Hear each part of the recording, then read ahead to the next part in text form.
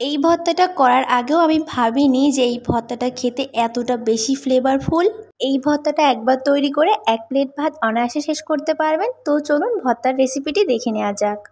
এর জন্য প্রথমেই লেগেছে 1 কাপ পরিমাণ কাঁচা বাদাম। এই বাদামগুলো খুব সহজে যে কোনো মুদির দোকানে পেয়ে যাবেন। এখন বাদামটাকে মিডিয়াম টু লো হিটে খুব ভালো মতো করে ভেজে নিতে হবে। যতক্ষণ না পর্যন্ত এর উপরের খোলসটা এরকম হাত দিয়ে ডলা দিলে খুলে আসবে, ততক্ষণ পর্যন্ত খুব ভালো মতো করে ভেজে নিতে হবে। বাদামগুলো ভাজা হয়ে গেলে অনেক সুন্দর একটা স্মেল আসবে, এতেই বুঝে যাবেন বাদামগুলো ভাজা হয়ে গেছে।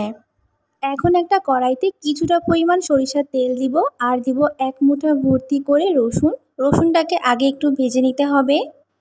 যেহেতু রসুনগুলো ভাজতে একটু বেশি সময় লাগে, এর জন্য রসুনগুলো এখানে আগে দিয়েছি। এখন এর মধ্যে দিব 1 কাপ পরিমাণ পেঁয়াজ কুচি আর কিছু কাঁচামরিচ। এখন এই সবগুলো উপকরণকে খুব ভালো মতো করে নরম হয়ে আসা পর্যন্ত ভেজে নিতে হবে। আর আস্ত মরিচের অবশ্যই একটু মুখটা কেটে দিতে হবে, না হলে কিন্তু ফেটে চারিদিকে ছড়িয়ে যাবে।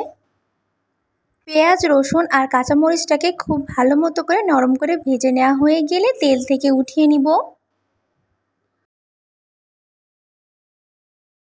এখন এই সেম তেলের মধ্যে 4 থেকে 5টা শুকনা মরিচ ভেজে নিতে হবে। বাদাম যেহেতু খেতে অনেকটাই মিষ্টি, এজন্য ঝালের পরিমাণটা একটু বেশি এখানে ব্যবহার করতে হবে। সবগুলো উপকরণ আমি তেল থেকে উঠিয়ে নিয়েছি। এখন এদিকে বাদামটারও খোসা আমি ছাড়িয়ে নিয়েছি।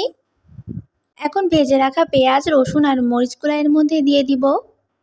বাদামগুলো ঠান্ডা হয়ে গেলে হাতের মধ্যে একটু ডলা দিলে অনায়াসে এর উপরকার এই লাল ছিলকাটা বেরিয়ে আসবে।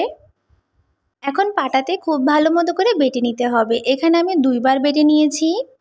আপনারা চাইলে ব্লেন্ডার জারের মধ্যে করে নিয়েও এটাকে বেটে নিতে পারেন। তবে পাটাতে যদি কোনো ভর্তা করা হয় তাহলে কিন্তু ভর্তার স্বাদটা দ্বিগুণ বেড়ে যায়।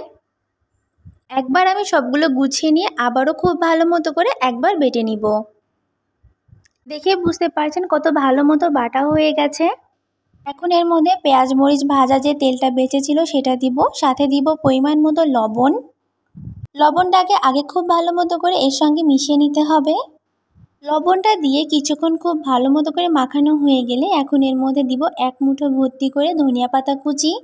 এই ভর্তাটা খেতে যে কত মজা, আর এই অবস্থায় কত সুন্দর যে একটা অ্যারোমা বেরোচ্ছিল, এতেই পেট মনে হচ্ছে অর্ধেক ভরে গেছে। যাদের মুখে রুচি নেই তারা একবার এইভাবে এই ভর্তাটা করে দেখতে পারেন, খেতে কিন্তু অনেক বেশি মজা লাগবে। আশা করি আজকের ভিডিওটি ভালো লেগেছে। দেখা হবে নতুন আরেকটি ভিডিওতে। আল্লাহ হাফেজ।